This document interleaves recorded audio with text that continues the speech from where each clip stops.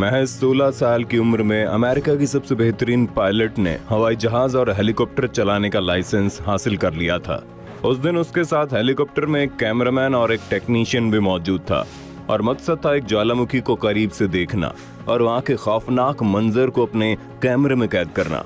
वो बेहतरीन पायलट हवाई जहाज में उन दोनों को बिठाकर ज्वालामुखी तक पहुंच जाता है और ज्वालामुखी के उस छेद के चारों तरफ घूमने लगता है जहां से समय समय पर लावा भी निकलता है। लेकिन 15 मिनट का वक्त बीत चुका था। तभी कैमरामैन बोलता है कि ज्वालामुखी के छेद से दूर होने की वजह से उसका नजारा सही नहीं मिल पा रहा। हम लोगों को ज्वालामुखी के और नजदीक जाना चाहिए। हेलीकॉप्टर का पायलट बिना देर किए ज्वालामुखी के उस खूंखार छेद के ऊपर पहुंचता है। ज्वालामुखी के उस छेद से इतनी गर्मी निकलती है कि उससे भी अधिक वहां से निकलने वाला धुआं महज कुछ सेकंड के भीतर ही हेलीकॉप्टर के इंजन पर अपना असर दिखा देता है, जिसके तुरंत बाद हेलीकॉप्टर क्रैश हो जाता है। आपको जानकर हैरानी होगी कि हेलीकॉप्टर के क्रैश होने के बाद वो तीनों उस छेद के अंदर गिर जाते हैं, जहां की गर्मी मजबूत से मजबूत लोहे को भी कुछ सेकंड के अंदर गला सकता था। और यहीं से शुरू होता है दुनिया का इकलौता ऐसा वाकया जब कोई आदमी ज्वालामुखी के छेद के अंदर गिर गया हो और 50 घंटों बाद जिंदा बच निकला हो। लेकिन इस 50 घंटे के दरमियान उन लोगों की जिंदगी के साथ ऐसा खेल हुआ जिसे सुनकर किसी का भी शरीर कांप उठेगा। दोस्तों, ये घटना है आज से लगभग 24 साल पहले की, जब अमेरिका में एक बेहतरीन हॉलीवुड फिल्म की शूटिंग चल रही थी। फिल्म के अंदर ज्वालामुखी के कुछ हिस्सों को दिखाना था, लेकिन डायरेक्टर बिल्कुल भी नहीं चाहता था कि ज्वालामुखी के उस भाग को एडिट करके लोगों को दिखाया जाए। वो बिल्कुल असली चीजों को दिखाना चाहता था। लेकिन किसी ज्वालामुखी के पास हेलीकॉप्टर या फिर हवाई जहाज को उड़ाना किसी आम पायलट के बस की बात नहीं थी। इसलिए उन लोगों ने अमेरिका के सबसे बेहतरीन पायलट हॉस्किंग को चुना। हॉस्किंग एक हेलीकॉप्टर को उड़ाते हुए ज्वालामुखी के नजदीक जाने वाले थे और उस हेलीकॉप्टर में एक कैमरामैन और एक टेक्नीशियन को साथ भेजा गया था, जिसका मकसद था ज्वालामुखी के खतरनाक पलों को अपने कैमरे में रिकॉर्ड करना। इस काम के लिए 21 नवंबर का दिन चुना गया, क्योंकि वैज्ञानिकों को पता चला था कि 21 नवंबर के दिन उस ज्वालामुखी में हलचल होने वाली है। कैमरामैन, टेक्नीशियन और पायलट तीनों ही अपने काम को लेकर बहुत ही जोश में थे और तीनों ज्वालामुखी के करीब पहुंच गए। ज्वालामुखी के पास पहुंचते ही कैमरामैन ने अपना काम शुरू कर दिया। लगभग 15 मिनट से भी अधिक तक चीजों को रिकॉर्ड करने के बाद कैमरामैन ने पायलट को बोला कि इतनी दूरी से रिकॉर्ड किए गए वीडियो में कुछ खास मजा नहीं आ रहा, हमें और भी बेहतरीन क्लिप के लिए ज्वालामुखी के और पास जाना पड़ेगा। हॉस्किंग एक बहुत ही अनुभवी पायलट थे और उन्हें अपने आप पर पूरा भरोसा था। हॉस्किंग बिना देर किए बिल्कुल ज्वालामुखी के छेद के ऊपर पहुंच गए, जिसे हम क्रेटर के नाम से भी जानते हैं, जहां से समय समय पर लावा की बौछार निकलती है। जैसे ही हेलीकॉप्टर ज्वालामुखी के छेद के ऊपर पहुंचता है, वहां से निकलने वाला धुआं और गर्मी की वजह से हेलीकॉप्टर के इंजन में खराबी आ जाती है और वो आउट ऑफ कंट्रोल हो जाता है। जब तक किसी को कुछ समझ में आता, तब तक वो हेलीकॉप्टर ज्वालामुखी के छेद के अंदर घुस जाता है और वहीं क्रैश हो जाता है। हेलीकॉप्टर तो तहस नहस हो जाता है, लेकिन उसमें बैठे वो तीनों शख्स, पायलट, कैमरामैन और टेक्नीशियन, उस क्रेटर के अंदर एक चट्टान को पकड़कर खौलते हुए लावा में गिरने से बच जाते हैं। और यहीं से शुरू होती है उन तीनों की जिंदगी और मौत के बीच की जंग। ज्वालामुखी के उस छेद के अंदर लगभग 400 से 500 फीट नीचे खौलता हुआ लावा मौजूद था और वो तीनों उसी क्षेत्र के अंदर लगभग 150 फीट की ऊंचाई पर किसी चट्टान के सहारे अपने आप को बचाए रखे थे। हेलीकॉप्टर का पायलट तुरंत अपने टूटे हुए हेलीकॉप्टर से रेडियो निकालता है और पास के किसी रडार से संपर्क में जुट जाता है। पहली ही कोशिश में पायलट का रेडियो पास के एक पुलिस स्टेशन से कांटेक्ट में आ जाता है और वहां से तुरंत कुछ लोगों को उनकी सहायता के लिए भेज दिया जाता है। लेकिन कैमरामैन और टेक्नीशियन वहां से थोड़ी दूर पर फंसे होते हैं। रेस्क्यू वाली टीम आती है और उस छेद के अंदर एक रस्सी गिराती है, जिसे पकड़कर पायलट कुछ ही घंटों बाद उस ज्वालामुखी के छेद से बाहर आ जाता है। और जैसा कि साइंटिस्ट ने पहले इस बात को बता दिया था कि 21 नवंबर वाले दिन उस ज्वालामुखी में एक हलचल होने वाली है। धीरे धीरे ज्वालामुखी के अंदर धुआं भरने लगता है और विजिबिलिटी एकदम डाउन हो जाती है। उन लोगों ने बताया कि धुआं भरने की वजह से विजिबिलिटी सिर्फ 1 फीट की रह गई थी। 1 फीट से आगे की चीज उन्हें दिखाई नहीं दे रही थी।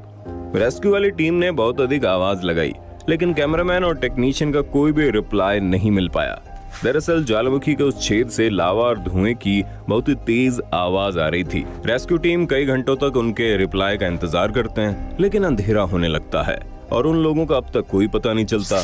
जिसके बाद रेस्क्यू टीम को ये लगता है कि शायद उन तीनों की मृत्यु हो गई होगी और वो लोग वहां से पायलट को साथ लेकर निकल जाते हैं। और वहीं दूसरी तरफ ज्वालामुखी के उस छेद के अंदर रेस्क्यू का इंतजार करते करते जब अंधेरा हो जाता है तो कैमरामैन और टेक्नीशियन बुरी तरह से डर जाते हैं। जिसके बाद ये फैसला लेते हैं कि अब उन्हें अपनी जान खुद ही बचानी पड़ेगी। वे लोग ज्वालामुखी के उस छेद के अंदर चढ़ाई करनी शुरू कर देते हैं। लगभग 1 घंटे की कड़ी मेहनत के बाद वे लोग 150 फीट की गहराई से 70 फीट की गहराई तक आ जाते हैं।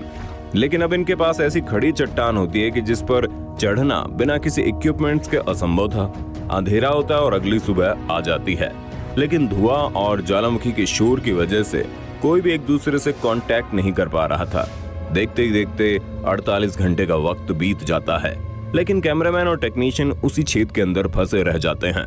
जब कैमरामैन को मौत उसके आंखों के सामने दिखाई देती है तो वो सोचता है जब मरना ही है तो क्यों ना कुछ करके मरा जाए। वो इस खड़ी चट्टान की चढ़ाई करने लगता है और हैरानी की बात तो यह है कि लगभग 4 घंटे की मेहनत के बाद वो ज्वालामुखी के उस छेद से बाहर आ जाता है। लेकिन टेक्नीशियन शारीरिक और मानसिक रूप से इतना थक जाता है कि ज्वालामुखी के छेद से 80 फीट नीचे वो हार मान बैठता है। तभी उसे दिखाई देता है कि एक इंसान ऊपर से ज्वालामुखी के अंदर खोलते हुए लावे में गिरकर भस्म हो गया। आपको जानकर हैरानी होगी, ऐसा वास्तव में नहीं हुआ था, बल्कि वो टेक्नीशियन अपने दिमागी रूप से इतना परेशान हो गया था कि उसे बुरे बुरे ख्यालात आने लगे थे। लगभग 2 दिन का वक्त बीत चुका था और 2 लोग तो वापस आ गए थे, लेकिन टेक्नीशियन अभी भी उस ज्वालामुखी के अंदर फंसा हुआ था। अंदर का माहौल तेज शोर और ऑक्सीजन की कमी और बिना खाए पिए टेक्नीशियन की हालत गंभीर हो चुकी थी। वो एक कदम भी आगे बढ़ाने लायक नहीं बचा था। एक एक करके रेस्क्यू की टीम वहां पर आती रहती थी, लेकिन हर कोई उसे ढूंढने में नाकामयाब रहा। रेस्क्यू करने वाली टीम अब तक टेक्नीशियन को मृत मानने लगे थे, लेकिन तभी रेस्क्यू वाली टीम का एक मेंबर ने आखिरी बार उस टेक्नीशियन को खोजने की कोशिश की। वो रेस्क्यू मेंबर अपने खास हेलीकॉप्टर की मदद से ज्वालामुखी के छेद के अंदर घुस गया। हेलीकॉप्टर के पंखे की वजह से धुआं इधर उधर भागने लगा। तभी उसे टेक्नीशियन का चेहरा दिखाई दिया, लेकिन धुआं लगातार बढ़ता जा रहा था और एक बार फिर से वो टेक्नीशियन उन लोगों की नजरों से ओझल हो गया। लेकिन उन्हें इस बात का पता चल चुका था कि टेक्नीशियन अभी मरा नहीं, जिंदा है। रेस्क्यू करने वाली टीम एक रस्सी के सहारे से एक जालीदार टोकरी को नीचे गिराते हैं और वो धीरे धीरे करके आगे पीछे करता है ताकि अगर टेक्नीशियन की नजर उस टोकरी पर पड़ जाए तो शायद वो उसमें बैठ जाएगा। और ऐसा ही होता है। टेक्नीशियन तुरंत उस टोकरी को देख लेता है, लेकिन वो टोकरी उससे करीब 8 फीट की दूरी पर होती है और नीचे खोलता हुआ लावा। इतनी कमजोर हालत में अब उस टेक्नीशियन को 8 फीट लंबी छलांग लगानी थी और या तो वो उस टोकरी में जाता है या फिर खोलते हुए उस लावे के अंदर दफन हो जाता। टेक्नीशियन अपनी पूरी ताकत को लगाकर एक छलांग लगा देता है और वो उस टोकरी में बैठ जाता है। टेक्नीशियन बताता है कि वो उसकी जिंदगी के सबसे खतरनाक पलों में से एक है, जब उसे समझ में नहीं आ रहा था कि उसे क्या करना चाहिए। अगर टोकरी में नहीं बैठता तो भी उसकी मौत हो जाती और अगर टोकरी में जंप करके बैठते वक्त गलती होती तो उसकी मौत हो जाती।